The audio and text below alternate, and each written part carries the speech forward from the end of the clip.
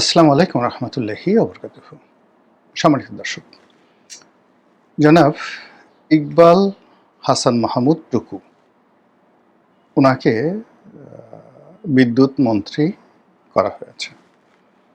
উনি আগের সরকারে বিদ্যুৎ মন্ত্রী ছিলেন যখন হাওয়া ভবন ছিল, এবং সেই সময়টাতে সারা বাংলাদেশে বিদ্যুতের যে ত্রাহি অবস্থা ছিল, সেই ত্রাহি অবস্থার জন্যই মূলত বিএনপির পতন শুরু হয়েছিল। আপনাদের মনে আছে যে এই বিদ্যুতের দাবিতে যে আন্দোলন হয়েছিল, কানসাট আন্দোলন, সেখানে যে হত্যাকাণ্ড, সেই হত্যাকাণ্ডর জের ধরে সেই কানসাট আন্দোলন, পল্লী বিদ্যুৎ আন্দোলনের যে নেতা, তাকে শেখ হাসিনা, তৎকালীন বিরোধী দলীয় নেত্রী, তিনি তার বাসভবনে সুধা সদনে ডেকে এনেছিলেন এবং সম্ভবত পরবর্তীতে মনোনয়নও দিয়েছিলেন।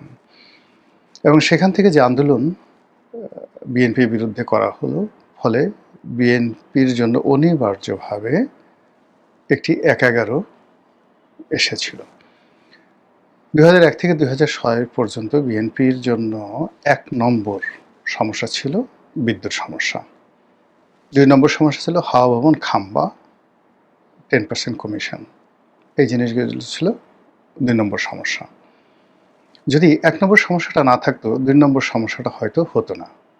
বোঝার চেষ্টা করুন, যখন বিদ্যুৎ সমস্যা হলো এবং বিদ্যুৎ নেই কিন্তু খাম্বা আছে, আবার এই খাম্বার সাথে জড়িত হাওয়া ভবন, ফলে হাওয়া ভবনের উপর যে লোড পড়েছে, এই বা মিস্টার তারেক রহমানের সঙ্গে যে 10% নাম যুক্ত হয়েছে, বিদ্যুতের সমস্যা থাকলে এই বাকি দুটো সমস্যা হতো না। 10% নামটাও আসতো না, আর খাম্বা নামটাও আসতো না।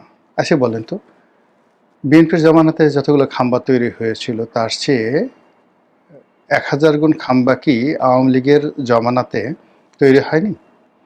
যত খাম্বা বিএনপির জমানাতে অব্যবহৃত পড়েছিল, তার চেয়ে বেশি খাম্বা কি এখনো পড়ে নেই? কিন্তু কেন এখন বিদ্যুৎ প্রতিমন্ত্রী ছিল আওয়ামী লীগের নসরুল আহমদ বিভু, তাকে কেন খাম্বা বিভু বলা হয় না? বলেন কেন বলা হয় না? এর কারণটা হলো, মানুষ বিদ্যুতের অভাবটা অনুভব করেনি। রাষ্ট্রের ক্ষতি হয়েছে, চুরি হয়েছে, চামারি হয়েছে, এটা রাষ্ট্রের ব্যাপার, রাষ্ট্র টু রাষ্ট্র বা অনেক হাই লেভেলের ব্যাপার, কিন্তু জনগণের মধ্যে এটা নিয়ে কোনো নেতিবাচক প্রতিক্রিয়া তৈরি হয়নি। কিন্তু ২০০১ থেকে ২০০৬ সনে বিএনপিকে ডুবানোর জন্য ১ নম্বর মন্ত্রণালয়, ১ নম্বর কারণ ছিল এই বিদ্যুৎ মন্ত্রী এবং বিদ্যুৎ মন্ত্রণালয়।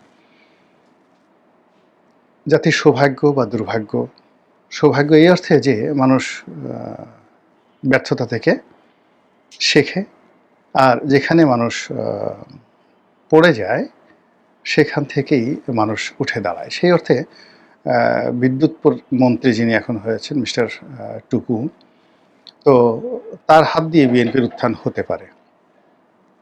আর দুর্ভাগ্য হলো যে একই ভুল যদি মানুষ বারবার করে, তাহলে প্রকৃতি কখনো ক্ষমা করে না।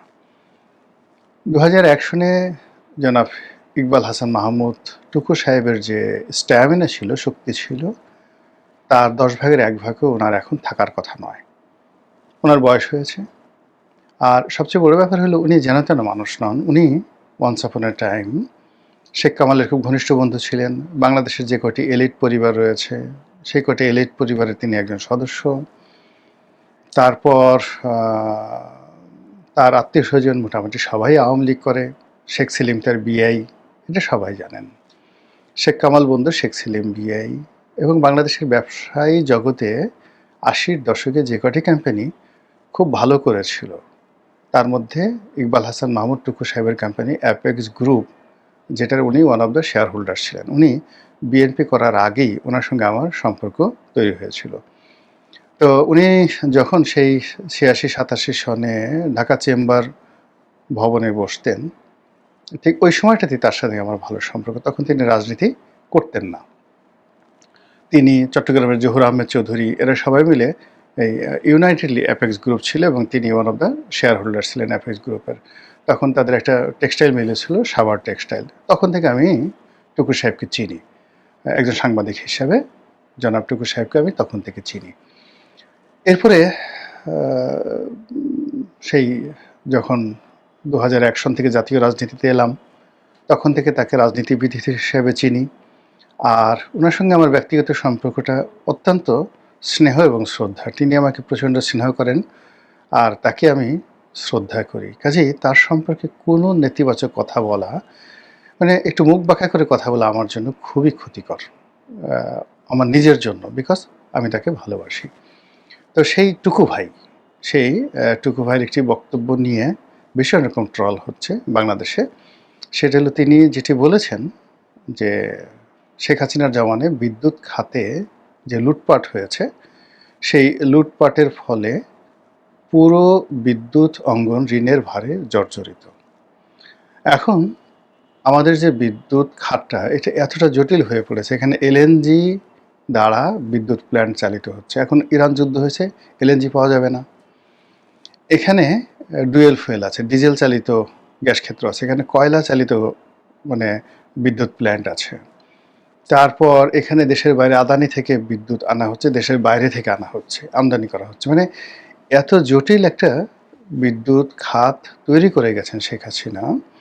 এই বিদ্যুৎ খাতের ম্যানেজমেন্ট করা, অর্থাৎ একবার আদানির সঙ্গে বসেন, একবার রামপাল কয়লা বিদ্যুৎ কেন্দ্র সেটার সঙ্গে বসেন, আবার ওদিকে পায়রা বিদ্যুৎ কেন্দ্র তৈরি হয়ে আছে, ভোলা বিদ্যুৎ কেন্দ্র তৈরি হয়েছে, সেখানে বিদ্যুৎ উৎপন্ন হচ্ছে, কিন্তু সেগুলোকে জাতীয় গ্রিডে এনে সঞ্চালন কেন্দ্র তৈরি হয় না। বিদ্যুৎ কেন্দ্র তৈরি হয়েছে, টাকা দিতে হচ্ছে, খরচ করতে হচ্ছে, লস গুনতে হচ্ছে, কিন্তু ওটা জাতীয় গ্রিডে দেওয়ার মতো সঞ্চালন লাইন তৈরি করা হয়নি।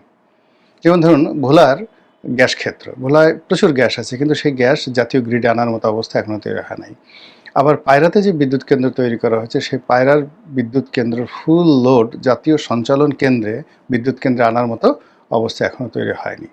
অর্থাৎ দক্ষিণাঞ্চলে এত বিদ্যুৎ দরকার হয় না। তো এরকম মানে অনেকগুলো জটিল। এখন সেই জটিল বিষয়গুলো তিনি বসার সঙ্গে সঙ্গে কিন্তু বুঝতে পেরেছেন। সেই কথাটা বলতে গিয়ে তিনি একটা বেফাঁস মন্তব্য করে বসেছেন যে লোডশেডিং মানে এই যে ঋণ করে ঘি খাওয়ার চাইতে না খেয়ে থাকা ভালো। আর এখন বিদ্যুৎ নিয়ে আমরা যে সমস্যার মধ্যে আছি, ঋণ নিয়ে যে সমস্যার মধ্যে আছি, এর চাইতে লোডশেডিং ভালো। আর সঙ্গে সঙ্গে তার আমলনামা চলে আসছে, পাবলিক হু হু করে বলার চেষ্টা করছে কি কি হলো ইত্যাদি ইত্যাদি নানা রকম কথাবার্তা। ভদ্রলোক একেবারে ব্যতিব্যস্ত হয়ে সাংবাদিকদের উপর ভীষণ খেপেছেন এবং তিনি বলেছেন যে তোমাদের কারণে আমি এবং আমার পরিবার সাফার হয়েছে। আপনারা জানেন যে ১/১১ সময় তার স্ত্রী, তার সন্তান, তাদেরকেও জেলখানাতে নেওয়া হয়েছিল এই বিদ্যুৎ সেক্টরে দুর্নীতির অভিযোগে, এবং আরও অনেক অভিযোগ। তো সেই অভিযোগ আবার তার দিকে আসছে এবং এখনকার যে বাস্তবতা, সেই বাস্তবতায় শেখ হাসিনা ধরুন প্রায় ২২,০০০ থেকে ২৪,০০০ মেগাওয়াট বিদ্যুৎ কেন্দ্র নির্মাণ করে গেছেন। পিক আওয়ারে এই বিদ্যুৎ কেন্দ্রগুলো ১৭ থেকে ১৮,০০০ মেগাওয়াট বিদ্যুৎ উৎপন্ন করতে পারে। আর এই বিদ্যুৎ কেন্দ্রগুলো চালানোর জন্য যে নগদ অর্থ দরকার, যে সাবসিডি দরকার, তারপরে এখানে যে যাকে বলা হয় এখানে যে লোড ম্যানেজমেন্ট আছে, সিস্টেম লস আছে, সব মিলিয়ে সরকারের যে ক্ষয় খরচা তাতে বছরে প্রায় ৪০,০০০ কোটি টাকার মতো এখানে ভর্তুকি দিতে হচ্ছে। আবার বলি ৪০,০০০ কোটি।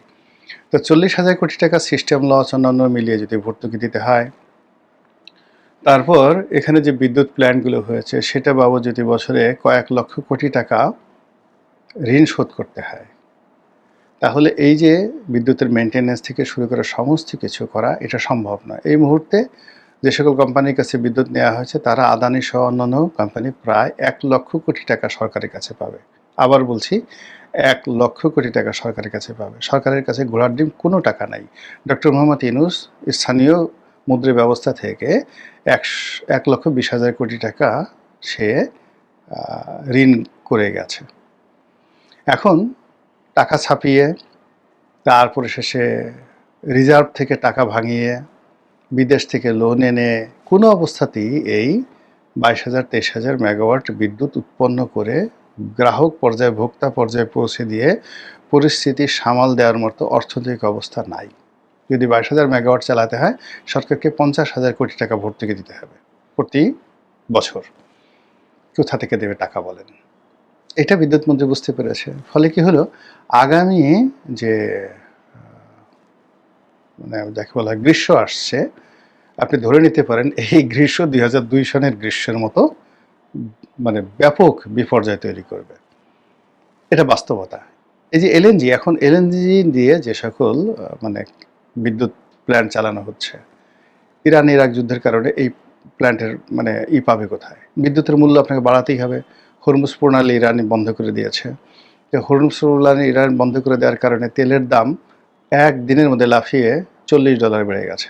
একদিনে পার ব্যারেল $40 বেড়ে গেছে। এটা $200 যাবে। যদি আগামী 10 দিনে এভাবে চলতে থাকে হরমুজ প্রণালী, $200 পার ব্যারেল হবে। বাংলাদেশের পক্ষে $200 ব্যারেলে তেল কিনে $80 দামে সেগুলো আবার ভর্তুকি দিয়ে জনগণের কাছে দেওয়া অসম্ভব ব্যাপার। আর যদি ভর্তুকি না দিয়ে তেলের দাম বৃদ্ধি করা হয়, 1 মিনিটের মধ্যে সারা বাংলাদেশ অচল হয়ে পড়বে।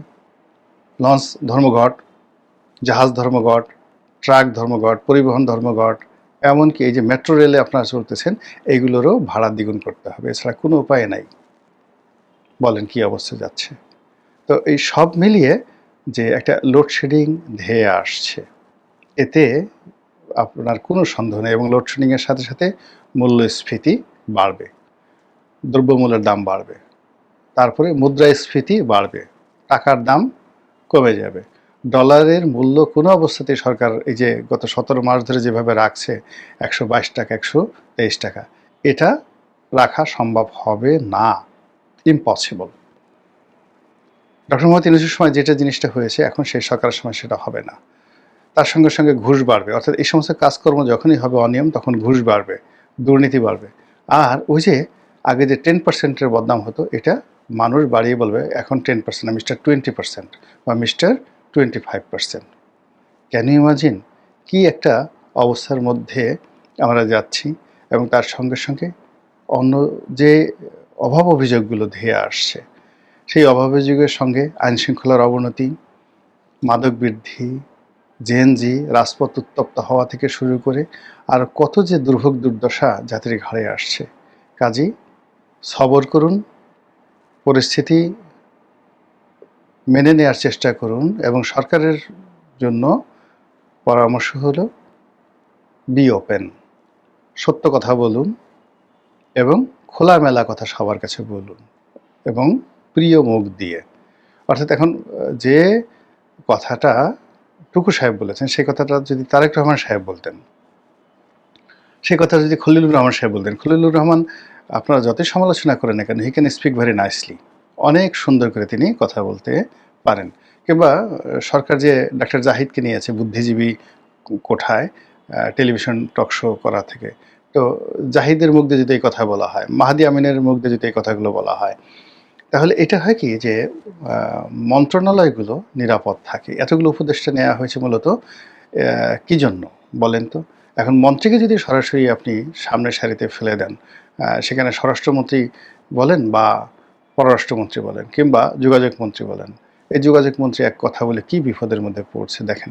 তো সব মিলিয়ে আমার কাছে মনে হচ্ছে যে সামনের যে কঠিন সময়গুলো আসছে, সেই সময়গুলোতে সমন্বয় করাটা খুব জরুরি হয়ে পড়েছে। মহান আল্লাহ আমাদের সবাইকে হেদায়েত দান করুন এবং হেকমত দান করুন। আসসালামু আলাইকুম ওয়া রাহমাতুল্লাহি ওয়া বারাকাতুহু।